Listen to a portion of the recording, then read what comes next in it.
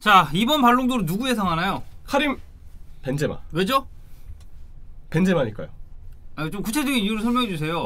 사실 이견이 없다고 생각하는데요. 이제 경쟁자였던 모하메드 살라는 후반기에 오히려 폼이 좀 떨어졌고, 많이 그러니까 떨어졌고. 올해를 대상으로 봤을 때는 전체적으로 폼이 안 좋은데다가 네이션스컵도 우승을 못했고 월드컵 본선에 진출도 못했습니다. 근데 카림 벤제마 일단 뭐 작년이긴 하지만 이 2021-22 시즌으로 놓고 봤을 때는 일단 네이션스 리그의 우승이라는 어떤 그 타이틀도 대표팀에서는 있었고 레알 마드리드에서 이뤄냈던 리그 우승, 라리가 우승과 챔피언스리그 우승, 이 선수가 보여줬던 토너먼트의 하드 캐리 능력을 보면 지난 시즌 벤제마는 진짜 맞아요. 그냥 유일신 아니었나. 그러니까 원래 우리가 보통 스트라이커 얘기할 때 벤제마 얘기하고 레반도프스키 얘기를 이제 같이 하는 게 일반적인데 지난 시즌만큼은 레반도프스키도 벤제마랑 동일선상에서 보기는 좀 힘들지 않나? 지난 시즌만큼은 네. 그 정도로 이제 벤제마는 최고의 시즌을 보냈고요. 이 벤제마의 어떤 거 활약은 단순히 발롱도르의 어떤 그걸 떠나서 그냥 역대급으로 우리가 논해야 되지 않을까. 맞아요. 이런 생각이 좀 들어요. 이 프랑스 풋볼에서 주관하는 한 해 최고의 선수를 선정하는 상이 발롱도르였는데 2022년 3월에 이제 바뀌었죠. 맞아요. 한 해가 아니라 한 시즌으로 기간을. 이게 좋아요. 네. 그러니까 이게 평가하기가 편해요. 왜냐면 맞아요. 반절 뚝 잘라서 해야 되잖아요. 그러니까 우리나라 같은 경우야 어차피 K리그는 뭐 2021 시즌, 2022 시즌 이렇게 간다 치는데 유럽 그리고 보통의 이제 유럽 리그들은 뭐 2020, 2021, 2021, 2022 이런 식으로 한 시즌을 두고 평가를 하니까 그래서 이 개인의 성과를 일단 최우선을 합니다. 그리고 소속팀에서의 성과, 선수의 뭐 클래스 그리고 뭐 페어플레이 이런 것들은 좀 후순위로 밀린다. 그래서 이제 진짜 순수하게 이 선수가 개인 기량으로 봤을 때 얼마만큼 퍼포먼스를 보여줬느냐. 그래서 벤제마가 조금 더 유력하지 않나. 근데 결국 이게 이렇게 시스템을 갖춰놓았지만 막상 그 투표하는 사람들이 과연 이 룰대로 제대로 맞출지 여부는 사실 잘 모르겠어요. 이게 좀 발롱도르가 뭐 인기 투표다 이런 얘기가 좀 있을 정도로 뭐 크고 작은 논란이 있었으니까. 그렇죠.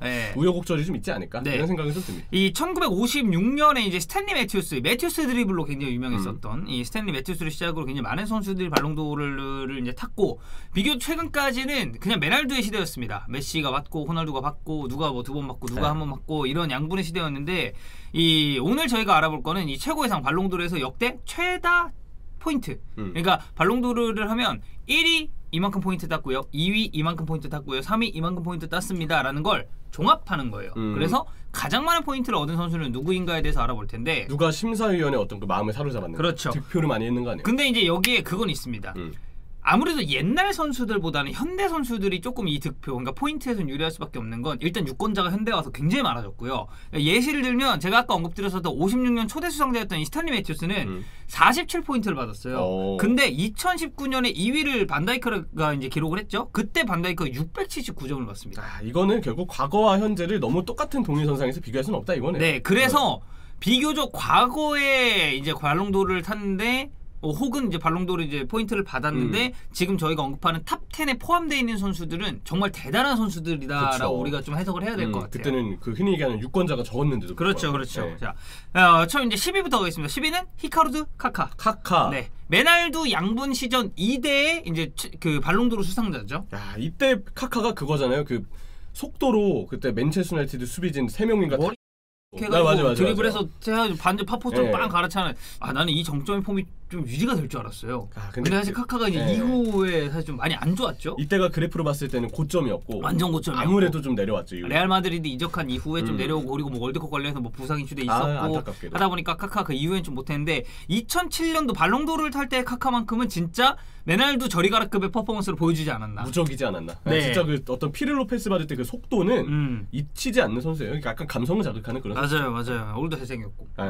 자, 그다음 선수가 이제 플라티니거든요. 그 플라티니는 지금 저희가 쭉 언급하는 선수들 중에 굉장히 옛날 선수 쪽에 속합니다. 왜냐면 80년대에 뛰었었던 선수니까. 뭐 이 양반이 사실 이제 뭐 UEFA 쪽 이제 그 다양한 논란이 있고 요즘에 행정을 할 때는 논란이 많았지만 또 선수로서는 깔 수 없는 지단 이전의 프랑스 최고의 스타가 아닌가. 1983년부터 85년까지 발롱도르 3회 석권을 했고요. 그리고 뭐 유로 1984 득점왕이라든지 세리에 득점왕도 3번을 냈었고 선수 경력으로만 따졌을 때는 정말 대단한 선수였다. 카카랑 1점 차이입니다. 이 시기에 이 정도의 많은 득표를 기록하면서 연속 발롱도르를 수상했다는 거는 한 시대를 풍미한 거면 당연한 거고 얼마나 이때 플라티니가 그 발롱도르 기준에 놓여있는 선수들 중에서 가장 압도적으로 존재감을 드러냈는지가 드러납니다. 네, 자 그다음 이 선수 더 옛날 선수입니다. 프란츠 베켄바워. 네, 리베로라는 포지션의 창시자죠. 1972년, 76년 두 번이나 발롱도르를 획득을 했고 베켄바워의 기록은 뭐 아무래도 리그 내에서의 그런 업적들 그리고 이 새로운 포지션에 대한 약간 창조자 이런 느낌도 있습니다만 월드컵. 그러니까 선수로서도 우승을 해봤고 감독으로서도 우승을 해봤고 그리고 그러니까 이게 선수와 감독으로 월드컵을 모두 우승한 케이스가 또 많지 않기 때문에 이 베켄바우어의 좀 더 위대함이 드러난다고 해야 될 것 같은데 플라티니보다도 더 많은 득표를 역대로 따졌을 때는 좀 기록을 했습니다. 두 번이나 72년과 76년 다이 역시 대단한 해를 좀 보냈다는 생각이 좀 드네요. 아니 사실 76년에 영주형 태어난 애거든요. 맞아요. 영주형 그게 좀 긴가민가 해가지고. 네, 그러니까 형철이가 선수들 나이 이런 건 존나 잘 알거든요. 아니, 나이는 나이는 박종윤. 나이는 종윤. 나이는 박종윤이고, 선수 기록 이제 형철이가 잘하는데 영주형의 이 생년월일을 그 생년을 몰랐었던. 76년도에 영주형이 태어났어요. 아 그렇구나. 영주형도 베켄바우어 플레이를 라이브로 보지 못했단 말이에요. 그만큼 옛날 선수지만 굉장히 많은 또 득표 포인트를 기록을 하면서 리베로 하면 베켄바우어죠. 그렇죠. 수비 공격 다 정말 더한 나위 없이 너무 잘했던 그런 만능 자원으로 역시 득표를 많이 받은 것 같습니다. 이 부분 파리에 이름을 올렸습니다. 자, 그 다음은 호돈. 호돈이 이제 600점인데 발롱도르 2번 위너였고요. 이 코멘트는 그렇게 써있네요. 무릎 부상에도 불구하고 2번이나 발롱도르를 따왔다고 하면서 호날두 하면 월드컵 아니겠습니까? 그리고 영주형이 얘기했듯이 이 발롱도르를 탔었던 1997년 이 해가 정말 영주형의 말을 빌리자면 전 세계 스트라이커를 일렬로 쫙 줄 세워놔도 호나우두보다 잘하는 선수는 없었다라고 할 정도로 세계 최고의 선수였죠. 일단 90년대 후반에 보여줬던 그 부상을 당하기 전에 엄청났던 몸놀림 그리고 2002 한일 월드컵에서 보여줬던 그 득점력. 사실 이제 한일 월드컵 같은 경우는 호나우두의 커리어의 최정점은 아니란 말이에요. 맞아요. 근데 한일 월드컵 보면서도 나는 호나우두가 졸라 잘한다 생각했거든. 근데 진짜 골잘 넣는 선수는 그 깻잎머리 호나우두 이 생각만 많이 했었으니까. 자, 그다음 이제 좀 최근 선수로 넘어와요. 레반도프스키. 레반도프스키는 저희가 이렇게 쭉 언급드리는 이 선수들 중에 유이하게 발롱도르 위너가 아닌 선수입니다. 유이면 2명이 있다는 건데. 네, 뭐 아마 한 명은 좀 예측하시는 분들이 많을 텐데 바로 다음에 나올 거예요. 근데 레반도프스키도 참 뭐 여기에 득표는 많은 득표를 차지했지만 불운한 선수죠. 불운한 선수죠. 아무리 봐도 2020년은 무조건이죠. 2020년 발롱도르는 레반도프스키가 탈 자격이 무조건 있었고 2021년에 580점을 득표를 했는데 리오넬 메시한테 아쉽게 좀 밀리면서 왜냐면 또 이에 이제 메시가 또 코파 너무 잘했으니까 이때 메시 정말 받을만했어요. 맞아요. 경쟁에 어쩔 수 없이 불가피했는데 2020년이 아쉬운 거고 꾸준했다는 거죠 그만큼. 유로피언 골든슈만 2번 탔고요. 분데스리가 득점왕 7회. 그리고 2019-20 시즌 챔피언스리그 득점왕과 도움왕 동시 석권을 했습니다. 그렇죠. 게르트 밀러의 기록도 넘어섰고. 그렇죠. 그 기록 최다 득점자. 굉장히 의미 있는 기록이고요. 자, 그 다음은 또 형철이가 좋아하는 반다이크. 네, 제가 U2라고 말한 이유가 있습니다. 레반도프스키 그리고 반다이크 이 두 명은 발롱도르 위너가 아닌데도 이 득표에 포함이 된 선수들이에요. 2019년에 이제 발롱도르를 받지 못한 아쉬움이 있었죠. 근데 이때도 리오넬 메시가 너무 역대급 시즌을 아니 둘 다 못 받았는데 둘 다 그 대상이 리오넬 메시야. 근데 다 합당한 이유들이 있어요. 그때 메시가 말도 안 되게 잘했거든요. 진짜. 그래서 그때는 반다이크가 챔피언스리그 우승도 견인하고 했고 역시 최고의 시즌을 보냈는데 지금도 많이 회자가 되죠. 2018-19 시즌에 반다이크가 최고의 벽이다.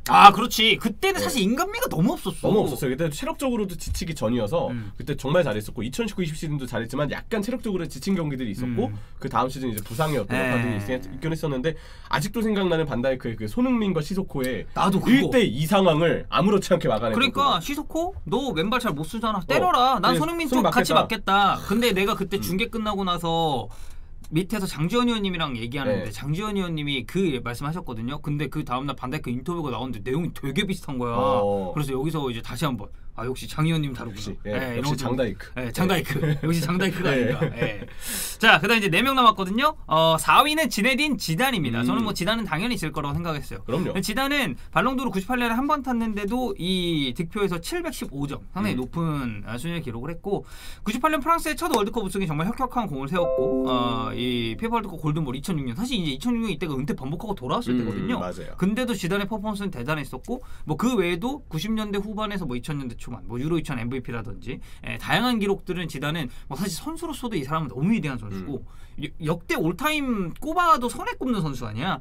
감독으로 따졌을 때도 전무후무한 챔피언스리그 3연패 업적이 있는 선수이기 때문에 뭐 저는 당연히 들어가야 된다고 생각을 합니다. 기술 좋은 미드필더하면 지단 얘기를 많이 하니까. 절대 빼놓을 수가 없죠. 그렇죠.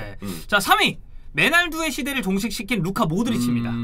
모드리치가 837점이고 근데 이제 이런 거 보면은 모드리치는 비교적 발롱도르의 이 순위에 언급됐었던 게 2018년이 좀 임팩트가 딱 있었죠. 딱 정점이었죠 그때. 그러니까 저희가 뭐 앞서서 언급했었던 뭐 지단이라든지 뭐 호나우드라든지 이런 선수들은 그 이전에도 조금씩 아 발롱도르 그래도 뭐 포디움 뭐 이런 식으로 여러 해 언급이 됐어요. 네, 근데 루카 모드리치는 딱 2018년 한정했을 때 최고의 선수였다. 아무래도 이제 그 모드리치가 뛰었던 시기는 메나이두가 너무 자리를 굳건하게 지키고 있던 시기니까 모드리치가 올라가기에는 자리가 좀 부족했고 2018년에 그래도 올랐을 수 있었던 이유가 시나리오가 완벽했어요. 크로아티아의 월드컵. 맞아요. 네. 그것 때문에 더더더 모드리치가 3위 안에 들 수가 있습니다. 크로아티아가 그때 우승했으면 이것도 나름대로 엄청난 스토리가 또 완성이 됐을 텐데 어쨌든 모드리치가 2018년 위너였고요. 자 이제 1위 사실 두 선수 중에 한 선수예요. 누가 2위고 누가 1위냐가 중요해요. 이건 동시 발표하죠. 네. 자 저는 사실 이거 메시인 줄 알았습니다. 1위가. 네, 당연히 가장 많이 발롱도르를 받았어요. 네, 7회. 근데 메시가 2위예요. 오.